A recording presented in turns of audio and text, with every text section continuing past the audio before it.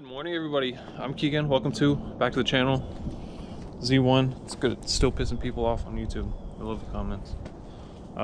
Today we're gonna be taking off these struts. I know I said I was gonna do it in the last video, but it's time to go. Somebody's trying to buy all four corners, so we got to drop mustache bar, diff, the control arm holders way up there, and there's a little cradle that goes across to hold the front of the diff. So that'll all kind of come down. It's pretty unique because it's not a subframe car. It's kind of what made them so special in the rally and early stages of racing that they're in. It's just they could put their whole weight on the cornering versus this one. It's got the whole subframe, lower control arms, upper control arms, front control arms, traction arms, I believe. There's a lot going on here, but just a little bit of a direct comparison between changes between Nissan. Really, that's out of an S13, so about 91. So from 78 to 91, it's just a massive upgrade in quality of servicing. And that may have been why they did that, is because both of, like, this is only attached to the body right up here. I know a lot of the times these will break under stress, like that'll crack, or it'll literally rip it out under some of these higher horsepower cars. But let's get into it.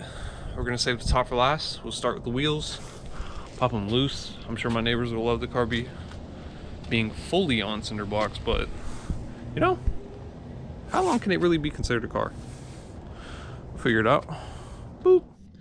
All right, we made some progress. Nothing better than the love-hate relationship between a rusted old bolt, all the work to remove it, and then that little bit of warmth it gives you once it finally comes off at the end. All right, we got two bolts down here at the end for the control arm. Already got those. There's one bolt right in here. It's also 14 right in there for the diff mount.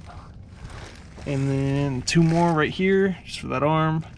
And for the axles, either you can do the 4 on the half shaft right there, or you can do the one bolt in here right in there. But that one's hard to get to, so we'll end up doing the 4. And then we're gonna do the sway bar bushing, the link, bushing, link, whatever.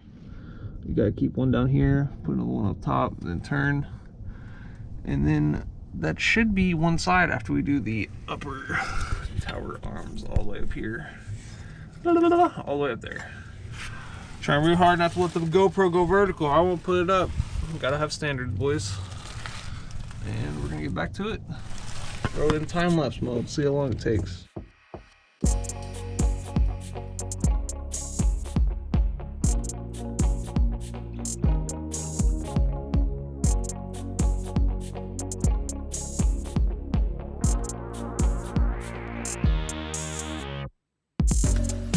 And she's out in one piece. Pretty easy. I totally forgot about the e-brake cable right there, those two small 10 millimeters. And I dropped an axle bolt right in that groove, so if you see me search around the grass, that's what I was trying to find. It's not really hardware that I really need to die for, but I'd rather give them or hold on to at least as much as possible, because some of these bolts are pretty special. Like these axle bolts, just kind of how thin they are. I'm sure I can get other thin bolts, but even like the shoulder at the end, it's just a very specific application that we'd rather not have to reapply for. E-brake hanging will remove these two bolts, and then just the diff should be left on this mustache bar, as they call it. Looks like a little mustache. Boop, boop, boop.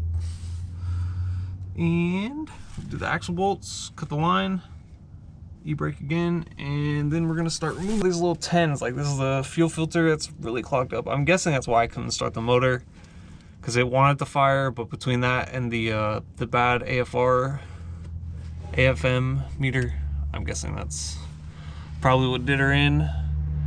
More 10s. It's all 10s. If it's not, it's a 14. Datsuns are so easy, I love them. And we're gonna get back to it. Parts, got the cradle out. Mustache bar, kept it in one link. Threw the nuts back on, that way they don't get lost. We'll disconnect the drive shaft in a second. This little supporting piece for the suspension came out, one piece. You just do the 2 bolts up top and then 2 bolts on the other side. I got off the phone with my boy Vlad in Eastern Europe. We're gonna get him out these struts tomorrow evening. I'm back down here in my cozy cave. Good old improv off-road